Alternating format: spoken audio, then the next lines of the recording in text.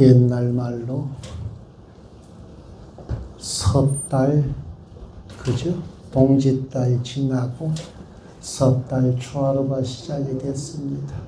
1년의 마지막 남은 한 달이 시작이 되는데 참 재미있잖아. 동짓날 밤의 길이가 제일 짧은 날 지나서 낮의 길이가 길어지기 시작한다고 작은 설 그러다가 이제는 좀 있으면 설날 돌아온다고 12월 마지막이라 그러고 입춘 되면 또 한 해가 시작된다 그러죠. 진짜 시작이 언제일까? 동지가 진짜 시작일까? 입춘이 그죠? 아니면 설날이 시작일까? 눈 뜨면 하루가 시작이 되는 거고 한 해가 시작이 되는 거고 일생이 시작이 되는 거예요. 그 눈 뜨는 게 탄생의 눈이 됐든 아침에 눈을 뜨는 것이든 그죠? 눈 뜨면 하루가 시작이 되는 거고 일생이 시작. 눈 뜨는 순간 여러분들은 삶을 시작된다. 눈 못 뜨면 어떡해? 그걸로 그냥 한 생이 마감되는 거잖아요. 눈 못 뜨는 사람들 많아요. 그러니까 무엇을 시작으로 두지 말고 내가 눈을 뜨는 그 순간 삶이 시작이 된다. 일생이 시작이 되는 거예요. 금생이 비로소 내가 눈 뜨는 순간 자각하는 순간 이 말이에요. 눈을 떠도 자각하지 못하는 사람이 있어요. 아침에 정신없이 눈 떠가지고 뭐해요? 정신없이 우다다다다다다. 어디 이제 젊은 애기들 봐봐요. 그렇게 눈 안 뜨려고 그렇게 하다가 억지로 눈 뜨고는 한 생이 시작이 되는데 얼마나 성스러운 순간이에요. 내가 살아있음을 자각해야 되는데 출근한다고 옷 챙겨 입는다고 뭐 지각한다고 뭐 한다고 혼을 다 빼놓잖아. 그러니 한 생이 어떻다? 무예무난할 리가 없다. 근심걱정이 디글디글한 거예요. 눈을 뜨는 순간 하루가 시작이 되는구나. 창문 열고 맑은 기운을 맞이하면서 한 생이 시작되는구나. 스스로 축하하면서 그렇게 시작해야 복된 나날들이 여러분들을 맞이할 건데 세상사 경계에 끄달려 가지고 출근한다. 밥 해야 된다. 뭐 해야 된다 그래 가지고 혼을 쑥 빼놓고 나면 내 삶은 힘들어질 수밖에 없다. 그러니 세상 경계 내려놓는 연습을 해야 된다. 거기서 벗어나는 연습을 해야 돼. 그러니까 아무리 힘든 삶이라고 할지라도 눈 뜰 때 내 자신을 돌이켜보면서 스님들은 어떻게 한다 그랬어요? 머리 만져본다 그랬잖아요. 수아마 하면서. 정신 차린다는 얘기거든요. 내가 나를 인식하는 순간이에요. 나를 잃어버리는 순간이 언제냐? 밥하거나 청소하거나 빨래하거나 출근하거나 정신없이 우다다닥 할 때 나를 잃어버리잖아. 나를 자각해야 돼. 그러니까 여러분들도 아침에 눈 한번 이렇게 뜨면 이 순간 인연일 뿐이지만 이름이라는 것은 법명으로 불리우던 지금 현재 내가 가지고 있는 인연이잖아요. 실상 본체는 아니거든요. 전생에는 개똥이라고 불렸을 수도 있고 그 이전에는 공주님이라고 불렸을 수도 있잖아요. 근데 이름은 상관없어요. 그러나 그 이름을 부르면서 나를 자각하는 거예요. 그러면 어떻게 했을 때 밝게 시작해. 근데 눈 뜨면서도 자각하지 못하면 내 이름 한번 불러주지 아니하면 나는 없는 거예요. 나를 잃어버린 삶을 시작하는 거예요.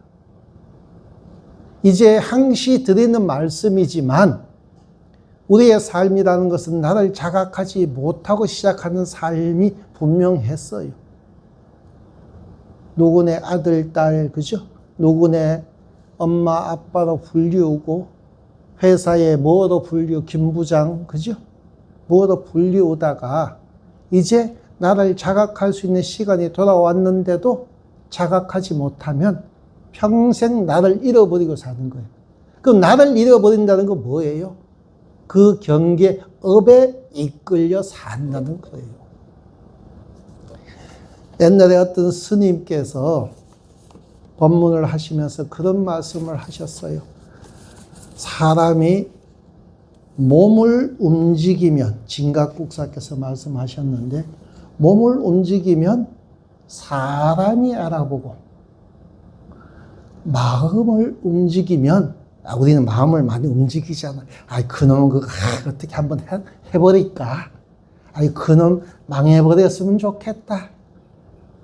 잘 됐으면 좋겠다. 어쨌든 마음을 경계에 따라서, 상황에 따라서 마음을 쓰잖아요. 또 몸을 움직이고. 그래서 몸을 움직이면 그 흔적이 남아서 누가 알아본다? 사람이 알아보고. 아침에 기침하면 그 기침한 흔적을 캐치해가지고 일어났니? 그러잖아요. 마음을 움직이면 뭐다? 심동이행하면 마음이 일어나서 움직이기 시작하면 귀신이 그 자취를 알아본다. 그래서. 그러니까 경계에 따라서 움직이면 업이 남기 때문에 먼저 누가 알아보고 함께 생활하는, 살아가는 사람이 알아보고 마음을 움직이면 업이 만들어지면 구신이 알아본다. 그러니 우리는 끊임없는 업을 생성하면서 그 흔적을 남기 때문에 내 자신을 잃어버리면, 올곧게 여여부동한 내 자신을 잃어버리면요, 결국은 귀신한테 끌려다니는, 업에 끌려다니는 삶을 사는 거예요. 그래서 자유라고는 1도 없는 삶을 살아요. 자식을 위하고 남편을 위하고 가정을 위한다고 했지만 결국은 남는 것은 귀신의 부름을 받는 그 업만 남게 되는 것이다. 그래서 우리는 그런 업을 지우는, 흔적을 지우는 공부를 해야 된다. 그러니까 빛이 없는 공부가 되는 거예요. 그래서 무엇을 하든지 간에 알아보지 못하는 거죠. 남편이라는 이름으로 끌려다녀야 되고, 아내라는 이름으로, 엄마라는 이름으로, 무엇이라는 이름으로 끊임없이 끌려다니는 삶을 살아야 돼. 근데 사람이 알아보지 못하면, 그죠? 자유로워지는 거예요. 귀신이 알아보지 못하는 삶을 살게 되면 더 이상 업이 없기 때문에 해탈 경계에 들어가게 되는 거예요. 그래서 몸을 움직이지 아니해야 되고 마음을 움직이지 아니해야 된다. 그러면 인간으로 태어나가지고 여러분들이 몸을 안 움직이고 살 수 있어요? 죽은 구신이나 안 움직이지. 어떻게 산 사람이 몸을 움직이지 않느냐. 몸은 써야 돼요. 그죠? 마음은 또 베풀어야 돼요. 그럴 때 몸을 움직이지 않는 삶이 어떤 삶이냐 하면 남을 위해서 보시행을 하는 걸 말하는 거예요. 우리는 보면은 무엇을 위한다 하지만 결국은 자기 자신의 욕심을 채우느라고 한 세월 다 낭비하고 살고, 진짜 진정 이웃을 위해서 나누고 베풀어 본 시간이 얼마나 되느냐. 무예 대비, 그지? 어떤 인연도 없는 상태에서, 어떤 인연도 없는 데서 진짜로 자비심으로, 그 뭐냐면 지나가다가 힘든 사람을 보면 그냥 베푸는 게 무연잡이거든. 근데 꼭 관계 있는 사람만 꼭 생색 낼 때만 베풀잖아. 그것도 하루 24시간, 1년 365일 가운데 과연 얼마나 되나. 우리는 흔적 없는 삶을, 그런 나누고 베푸는 보시행은 실천하지 아니하고 나 자신을 위한 인연의 울타리 안에서 생생내는 것만 하고 있더라. 그러니 흔적이 안 남을 수 없죠. 다 알아보는 거예요. 아이 저놈 좋은 일 난다고 까불고 있지만 생생내려고 저 짓 하고 있어. 지 자랑하려고, 그지? 어쩔 수 없으니까 옛날에 그거 많이 했잖아요. 무슨 수재의연금 걷는다 그러면, 그지? 높은 놈한테 찍힐까 싶어서 내고, 옆에서 내니까 얼굴이 후끈후끈 하니까 내고 그랬지. 진짜로 부처님의 그 대자비심으로서 나누고 베푼 적이. 그래서 몸을 쓰는 거라는 건 어떻게 쓰는 것이다. 그렇게 보시행을, 이웃을 위한 사랑을 실천하는 걸 흔적 없는 삶이라고 표현하는 거예요. 그리고 또한 귀신도 알아보지 못하는, 마음을 움직이면 귀신이 알아본다 그랬잖아요. 그런데 어떻게 마음을 쓰지 않고 살 수가 있어요? 그거는 뭐다? 삼매의 지혜로운 실천을 얘기합니다. 몸은 보시를 행하는, 드러나는 보시행을 하는 거라면 마음은 삼매, 그러니까 몸을 움직이면서도 나누고 베풀고 밥 퍼주고 하면서도 따뜻한 마음으로 그냥 밥 퍼주면 되는데 밥에도 마음이 하나 달라붙더라. 좋은 마음, 나쁜 마음, 온갖 마음이 다 달라붙어 가지고 나누고 베풀다 보니까 마음을 귀신이 캐치한 거예요. 아, 저놈이 저기 좀 독심을 품고 눈에 보이지는 않지만 음식에다가 독을 타서 주고 있구나. 귀신은 알아보는 거예요. 사람은 밥 주는 것만 알아본다면 귀신은 그 안에 담겨있는 마음까지도 알아보고, 그런데 귀신도 못 알아보는 행위는 뭐다? 삼매. 무엇에도 높은 놈이 오든, 그지? 낮은 분이 오든, 이쁜 사람이 오든, 미운 사람이 오든, 어떤 것에도 흔들리지 않고 여여부동한 삼매로서 내 마음을 쓸 때 귀신도 못 알아보는 거예요. 그래서 그 마음을 쓰게 하기 위해서, 흔들림 없는 마음을 쓰게 하기 위해서 우리가 기도를 하고 염불을 하면서 흔들림 없는 마음을 간직하라고 일러주는 거예요. 그래서 흔들림이 없을 때 법성원흉무이상이라고 그러죠. 내 마음에 깊이 들어가지 맙시다. 저승길 떠나는 우리 신도님들 이렇게 봉송할 때 의상조사 법성계 외우잖아요. 그 법성계 첫 구절이 법성원흉, 법의 성품은 원흉해서 무이상, 두 가지 상이 없다.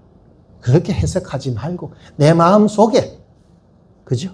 내 마음 속에 선악, 좋고 나쁘고 분별하는 마음이 사라질 때 제법 부동 본래적이다. 고요한 상태에 들어간 열반길을 떠나는 사람 앞에, 저승길을 가는 사람 앞에 그런 마음을 내려놓으라는 거예요. 내가 저승 갔는데 조차 좋은 마음, 나쁜 마음을 간직하고 가면 귀신이 알아보는데 내가 어떻게 극락왕생할 거예요? 그 나쁜 마음 때문에 두 가지 마음이 있단 말이에요. 좋은 마음 먹었을 때, 나쁜 마음 먹었을 때. 근데 나쁜 마음 먹었을 때 그 흔적이 귀신이 알아보는 거예요. 그럼 어떻게 해요? 귀신이 들러붙잖아요. 그러면 저승길이 가볍겠어요? 살아생전에 자식을 짊어지고 가고 남편을 짊어지고 가고 가정을 짊어지고 가는 삶도 힘들었는데 저승길마저 귀신을 들쳐업고 가는데 편하겠어요? 그러니까 내 마음에 그런 분별을 내려놓아라. 귀신도 알아채지 못하게 염불 삼매에 젖어서 우리는 뭘 해야 된다? 기도를 하면서 살아야 된다. 기도를 하면서. 그 삼매가 구현이 될 때 세상에 두려움이 사라지는, 내 마음이 자꾸 한쪽으로 쏠리니까 살고자 집착하면 죽음이 두려운 거예요. 근데 삶에 집착이 없으면 죽음이 두려울 이유가 없잖아요. 그죠? 좋은 걸 갖고 싶으니까 싫은 게 오면 화가 나는 거잖아. 근데 그런 마음을 내려놓으면, 그죠? 좋고 나쁘고 이쁘고 믿고 하는 그런 마음을 다 내려놓으면 내 마음은, 내 삶은 걸릴 게 아무것도 없으니 스스로 자유로워진다. 그 저승길을 떠날 때 부디 영가시여. 그러니까 여러분들 지금 한테 눈 감으면 이제 저승길이 열리잖아. 그죠? 내일 아침에 눈 못 뜨면 이제 내생이 되는 거예요. 그럼 금생에 이제 법문하는 거예요. 내생에 눈을 못 뜰 여러분들이요. 오늘 이 자리에서 귀신도 알아채지 못할 정도로 염불산매에 젖어서 업을 씻어버린다면 무엇을 한들 걸릴 게 뭐가 있겠느냐. 신랑도 자식도 금생의 인연일 뿐이니라. 내생에는 다른 새로운 인연이 시작이 되니 금생에 머물러서 분별하고 집착할 이유가 뭐가 있느냐. 그러니 부디 모든 것을 내려놓고 귀신도 알아채지 못하도록, 그죠? 귀신도 알아채지 못하도록 염불산매에 젖어서 지혜를 닦아 나가면, 그래서 지혜를 닦아 산매에 젖어들기 위해서는 아까 얘기했잖아요. 사람도 눈치채지 못하도록 보시행을 해야 된다 그랬죠. 그 보시행을 왜 하냐면 인연이 숱한 인연으로 얽혀 있다 보니까 숱한 인연이 나를 힘들게 한단 말이에요. 그 힘들게 하는 인연들에게 베풀므로 인해서 나를 산매에 젖어드는 수행, 정진할 수 있도록 배려해 주기 때문에 부처님께서 무엇이 좋아서 나누고 베풀고 했겠어요.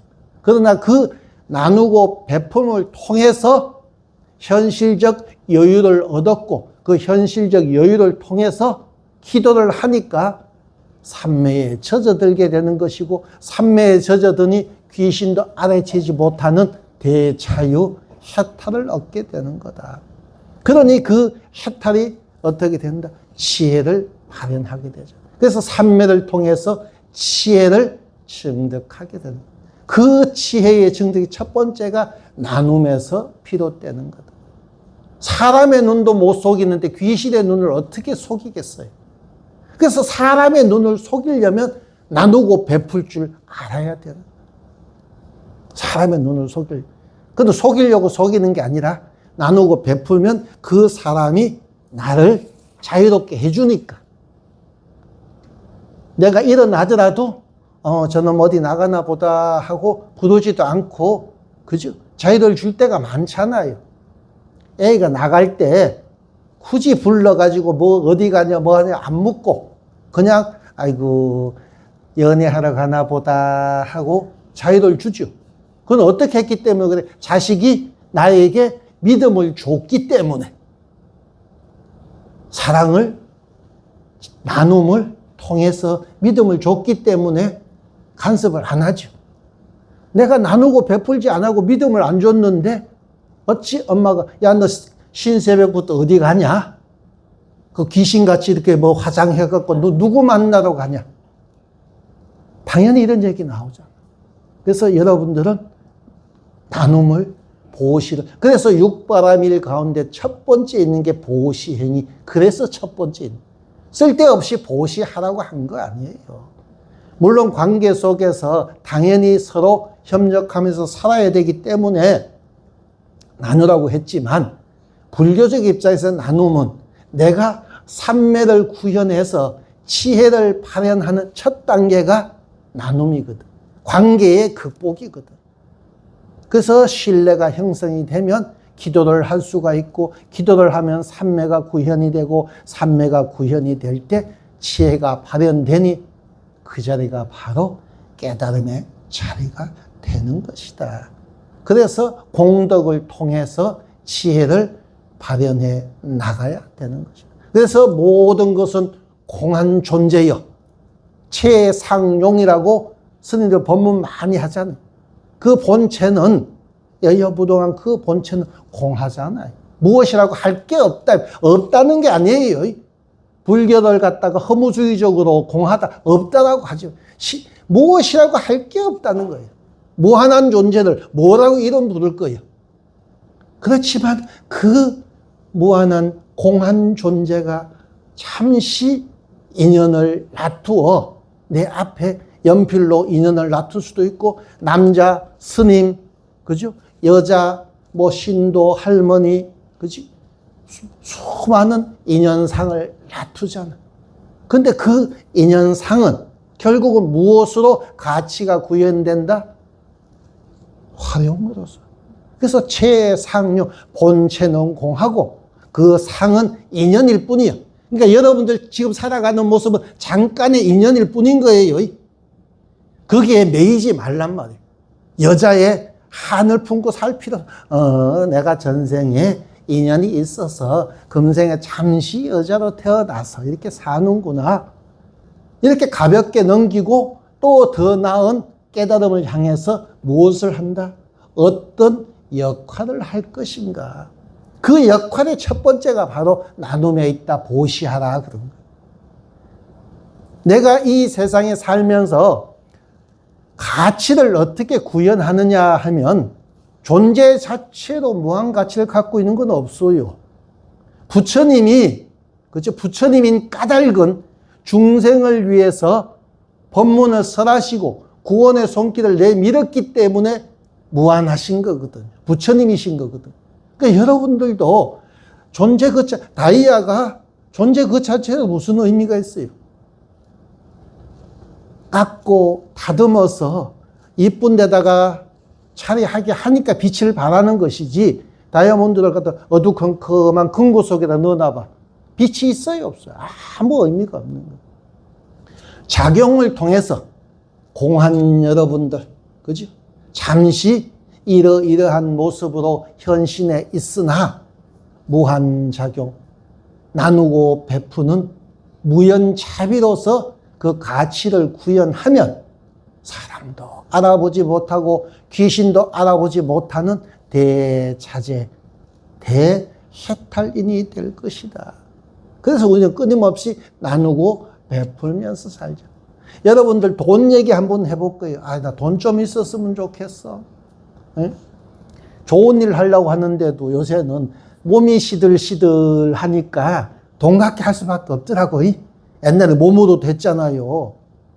근데 요즘은 몸 갖고 하려니까 힘들어서 돈이 좀 욕심이 나. 욕심 냈기 때문에 저렇게 불사도 했잖아. 근데 돈이라는 놈은, 이 돈이라는 건 종이에다가 그냥 이상한 인쇄만 해놓은 거잖아. 돈은요, 돈 자체로 가치가 없는 거예요. 사회적 약속이잖아. 국가 간에, 혹은 국가와 국민 간의 약속이에요. 돈을 이렇게 종이에다가 인쇄를 해놓고 이만한 가치가 있는 걸로 우리 서로 약속하자. 근데 약속을 파기해버리면 의미가 없어요. 보세요. 베네수엘라인가 저 남미 보세요. 돈을 갖다 산더미처럼 쌓아가 갖다 줘야만 커피 한 잔 준다나? 우리는 돈이 그래 카드만 씩 갖다 대면 커피 주잖아. 돈은 돈 자체로 그래서 공돈이라고 표현하는 게 맞는 거예요. 근데 옛날에 공돈이 생기면 어떻게 하라 그랬어? 빨리 대답이 나와. 공돈 생기면 만성사 주지스님 갖다 줘야지. 공돈이 생기면 의미가 없는, 그 자체로는 의미가 없는 돈이 갑자기 생기면 반드시 거기에 따른 화가, 재앙이 발생하니까 빨리 써라 그랬죠. 그런 얘기 못 들었어요? 아니, 옛날 분들은 다 들었을 텐데, 꽁돈이 생기면 빨리 써라 그랬잖아요. 반드시 거기는 화가 따라오니까 빨리 써라. 그게 뭐냐면 활용이거든요. 의미 없고 가치 없는 종이 쪼가리에 불과한 이 놈을, 그죠? 어떻게 활용하느냐. 활용하지 아니하면 가치가 없다는 얘기를 그렇게 빗대서 하는 거예요. 돈이 들어오면, 그죠? 돈이 들어오면 의미 있는 데다 써라. 근데 이걸 해석을 하면 어떻게 해석을 해야 되느냐 하면 이 몸뚱아리를 뭐라고 표현했어요? 옛날 조사 스님들이. 헛개비 같은, 그죠? 환화공신이라 그랬잖아요. 이 몸은 아침에 눈을 떠야 움직이는 것이지 눈을 못 뜨면 이슬로 사라지죠. 한 점 흙어도 사라지잖아요. 영원할 거라고 믿고 있었는데 지금은 골골하고 있잖아. 병원 신세 지고 있잖아요. 뜬구름 같은, 그죠? 헛개비와 같은 공신, 빌공자, 공돈할 때 공자와 같은 빈 몸이에요. 공돈은 어떻게 하라? 들어오는 대로 이쁘게 쓰라 그랬죠. 이 몸뚱아리도 뭘 하라? 이쁘게 쓰지 아니하면 이 몸뚱아리는 재앙의 근원이 되는 거예요. 이 몸을 쓰지 아니하면, 그러니까 이 몸을 쓰지 않는 중생은 어떻게 살아요? 망상만 피우면서 헛짓만 하고 있잖아. 뭐 할까? 일은 안 하고 돈은 안 벌고, 이거 사회적으로 표현하면 활동도 안 하면서 방구석에 처박혀가지고 게임만 한다든지 무슨 나쁜 짓만 한다든지, 이 공신을, 환화공신을, 헛개비와 같은 이 몸을 쓰지 아니하면은 그때서부터 무엇이 재앙이 달라붙기 시작한다. 근데 그 쓴다는 것은 뭐예요? 사람도 알아보지 못하게 써야 된다. 보시행을 나누고 베푸는데, 그러니까 내가 일을 하면 돈을 벌고 일을 하면서 사회에 헌신하지요. 사회 발전에 헌신을 하고 돈을 벌면 그 돈을 가지고 주위의 사람들에게 또 베풀잖아요. 이게 이 헛개비와 같은 이 몸을 쓰는 법이에요. 그 몸을 쓰는 법의 첫 번째가 베푸는 거다. 그래서 보시하라. 나누고 베풀면, 근데 자꾸 스님이 나누고 베풀을 하는데 베풀 게 없다고 그러지 마요. 돈으로 귀결시키지 말고 내가 말 한마디 하는 거, 한번 웃어주는 거, 그죠? 침 한번 들어주는 거, 우리 좀 있으면 내려가면 밥 먹어요. 그러면 내부터 먼저 먹으려고 하지 말고, 아이고 나는 오늘 힘이 없으니까 수저 하나 나눠줘야지 하고 수저통을 붙잡고 서가지고 수저 하나만 나눠줘도 베푸는 거잖아. 10분 먼저 밥 먹는다고 내가 재벌이 되나? 10분 늦게 먹는다고 내가 구신이 되나? 이런 걸 베푼다 그러는 거예요. 내가 있는 그 자리에서 누군가에게 조금이라도 보탬이 되는 삶. 내가 있는 그 자리에서, 오늘은 절에 있으니까 오후에는 어디 밖에 갔을 때 다른 자리에서도 젊은이들이 힘들어 보이면, 아이고 젊은이 여기 앉아서 좀 쉬었다 해. 우리 같은 늙은이들은 그냥 서서 가도 되니까 젊은이들이 좀 더 쉬었다가 세상을 위해서 더 큰일 하시게, 이것도 베푸는 거예요. 내가 늙었으니까 무조건 내가 앉아야 돼. 그건 자기 욕심일 수도 있는 거예요. 왜 젊은이는 젊은이 때도 더 힘든 삶을 살 수도 있는데, 그건 젊은이는 또 지가 앉아야 된다고 하면은 싸움밖에 안 나잖아. 내가 좀 힘들더라도 차 안에서는 그렇게 양보하는 게 베푸는 거고요. 어디 딴 데 가면, 그죠? 또 다른 분들을 위해서 내가 할 수 있는 일, 그게 세상을 아름답게 하는 것이고, 사람이 내 흔적을 인식하지 못하는, 그러니까 배려를 받는 삶으로 전환이 되는. 그래서 여러분들이 자유를 얻으면 염불을 하고, 염불을 하면 지혜가 밝아지게 되는 거예요. 그래서 법성원용의상 제법 부동 본래적이라. 언제나 여여한 내 자신, 어디에서 무엇을 하더라도 그게 나요. 자리를 양보하는 것도 나고, 수저를 낳아주는 것도 나고, 수많은 상을, 형상을 만들지만 오직 하나밖에 없는 거예요. 삼매에 젖어서 무엇에도 흔들리지 않는, 선도 없고 악도 없는 내 자신을 구현하게 되는 것이다. 그 구현이 여러분들을 구원할 때는, 조금 전에 예로 들었습니다만, 스님 그렇게 해가지고 옛날 가섭존자가 수행을 할 때 다 떨어진 옷을 입고, 그죠? 호화로운 어떤 고향도 받지 않고 항시 빈민촌만 돌아다니면서, 그죠? 푸성기 같은 것만 공양 받아서 드셨던 그 가섭존자가 하루는 공양을 갔는데 입을 옷도 제대로 갖추지 못하는 노인네가 가섭존자가 오시는 것을 보고 공양물을 찾다 보니까 공양물이 아무것도 없네. 그때 마침 이웃집에서 쌀을, 그죠? 쌀을 씻으면 쌀뜨물이 나오잖아요. 그 쌀뜨물 버리려고 하는 그걸 얻어다가 그 쌀뜨물을 가섭존자에게 공양 올린 노파가 있어요. 쌀뜨물을 공양 올린 노파. 근데 그 노파가 오직 일구월심 자랑하려고 보시했겠어요? 저로 기도라고 보시했겠어요? 아이고, 우리 아들 주지스님 축원 하나 그거 살피면서 했겠어요? 그 노파는 어떤 생각도 없이 가섭존자가 오시니까 그냥 공양물을 찾아서 공양 올리려고, 그 쌀뜨물 공양 올린 그 공덕으로 이 노파는 천상에 태어났어요. 그 다음 생에. 이게 뭐냐 하면 아까 얘기했듯이 그런 베풀므로 인해서 또 이 베풀때 어떤 상도 없었단 말이에요. 한결같은 마음으로 베풀다 보니까 지혜가 발현이 됐으면 깨달음을 얻었겠지만 지혜 발현까지는 안 가더라도 공덕이 무한, 쌀뜨물의 공덕이 뭐가 무한하겠어요? 에이, 스님, 한 돈 1,000만 원 내놔야 그래도 이름 석자라도 올리고, 그거는 상이요. 여러분들 저기 불사했는데 지금 그 연기문이라고 기록을 다 적고 있거든요.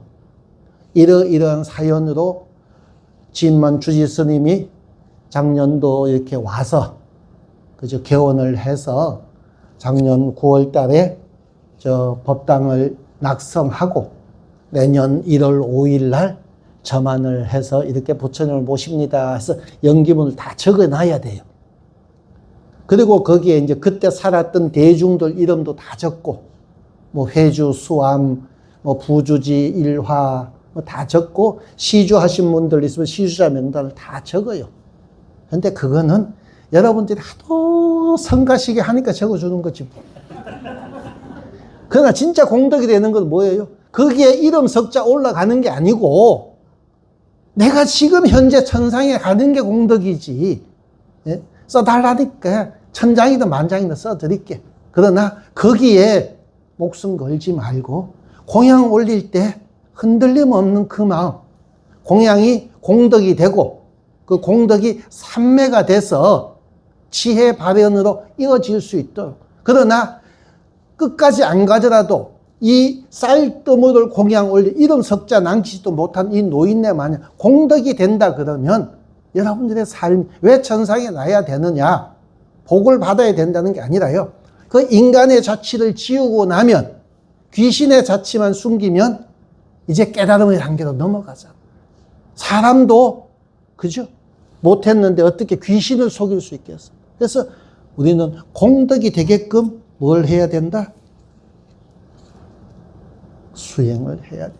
보시하고 수행을 해야 된다. 그래서 여러분들은 무엇을 하든지 간에, 그죠? 무이상 그랬어요. 무엇을 하든지 간에 나예요. 무엇을 하든지. 공덕행이 될 수 있으면 상을 내지 마세요. 쌀뜨물 가지고 초라하게 여기지 마시고, 돈을 갖다가 시주할 때만 자랑스럽게 여기지 마시고, 무엇을 하든 보시행이 될 수 있으면 여러분들은 그것이 공덕이 되고 삼매가 되고 지혜가 된다. 그래서 다시 한번 얘기하지만 진각국사께서 뭐라 그랬어요? 신동이행이면, 몸을 움직여서 그 흔적을 남기면 사람이 그 자취를 알게 되고, 마음을 심동이행이면 기견기적이라. 마음을 움직이면, 좋고 나쁘고 아름답고 이쁘고 마음을 움직이면 뭐다?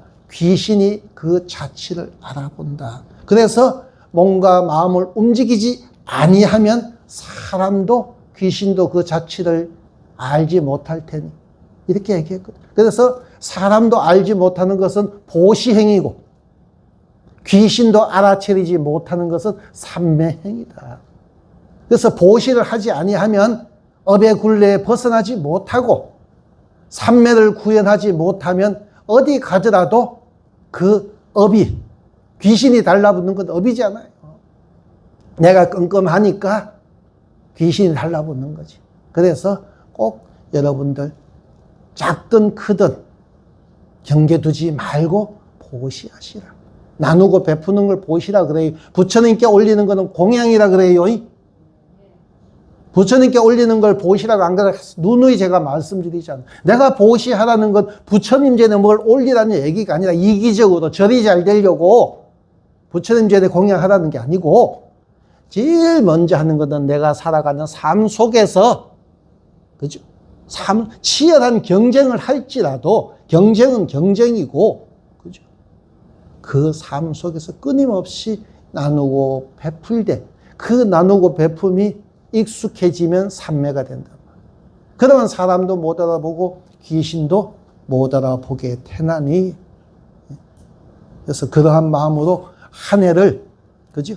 눈 뜨면 한 해가 시작된다 그랬어요. 그 매일매일 하라는 거예요. 1년 계획 세우지 마시고요. 오늘 하루 눈 떴을 때 내 이름 한번 불러보는 게 평생의 계획이 되는 거예요. 업에 매이지 않는 삶이니까. 그래서 스님도 그런다 그래서 이렇게 하면 뭐 한다? 수아마 그랬죠. 나가 주지야 부르는 거는 경계의 마음 뺏기는 거고, 내가 나를 부르는 거. 그러니까 여러분들도 아침에 눈 뜨면 화장하고 뭐 하기 전에 눈을 뜨면 가만히 돌이켜보면서 오늘 하루 또 시작되는구나. 아무개야 정신 차리자. 이렇게 하면 돼. 그러면 그 하루가 온전히 새로운 인생으로 펼쳐지는 것이 될 테니까 여러분들 지금 섣달 초하루 한 해가 마감되는 거예요. 다음 또 설날 되면 또 한 해가 시작된다고 할 거예요. 입춘 때 또 법문해야 되고 또 할 거예요. 그러니까 그때마다 알아차리란 말이에요. 눈 뜨면 하루가 1년이 한 생이 시작되는 거고, 그런데 눈 뜨는 걸 알아차리지 못하면 시작이 돼도 시작이 된 게 아니죠. 그냥 업의 흐름에 매일 뿐이죠. 그래서 아침에 일어나는 걸 잘 일어나야 되고, 저녁에 눈 감을 때 잘 감아야 돼요. 오늘 하루 마감하는구나. 오늘 하루 잘 살았구나. 그죠? 혼을 뺏겨서 정신없이 살지 마시고 자각하는, 그것이 하루가 시작되고 하루가 마감되고 1년이 시작되고 1년이 마감되는 그러한 변화이니까 여러분들 그런 변화 속에 언제나 내 자신을 잘 챙기는 그런 불자 되기를 소원하겠습니다. 그리고 1월 5일 날, 음력으로 1월 5일 날 부처님 점안을 하게 됩니다. 그래서 지난달 제가 공방에 가서, 그래서 지금 주물, 쇳물 붓는 거 있죠? 이제 주물 작업 들어갔고요. 그럼 주물 나오면 이게 이제 광택을 내고 금을 입히고, 또 이제 보살님들은 채색을 하고 한 달 정신없이 작업을 해야 됩니다. 근데 1월 5일 날 드디어 이제 약사열의 부처님 모시고, 지금도 불화반도 있고 기본반도 있고 금강경반도 저기서 공부하고 합니다만은 어쨌든 이렇게 진행되는 거, 여러분들의 공덕 속에 보시가 공양이 되고 공양이 삼매가 되고 삼매가 지혜가 된다 그랬죠. 근데 공양은 자꾸 돈 얘기하는 것 같아서 제가 빼버렸는데, 어쨌든 결과적으로 저렇게 잘 원만 성취되고 있으니까, 또 주지스님 원력으로 삼성각도 또 뒤에 해서 참배할 수 있는 공간도 만들고, 아마 법당도 조금 손을 봐서, 법당이 좁잖아, 그죠?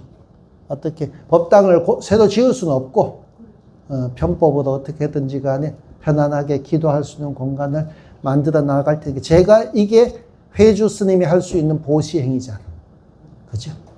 회주 스님, 왜 우리 총무 스님이나 스님, 젊은 스님들이 기도할 때 회주 스님이 기도할 수는 없잖아. 근데 저기서 3일간 내보고 기도해 달래.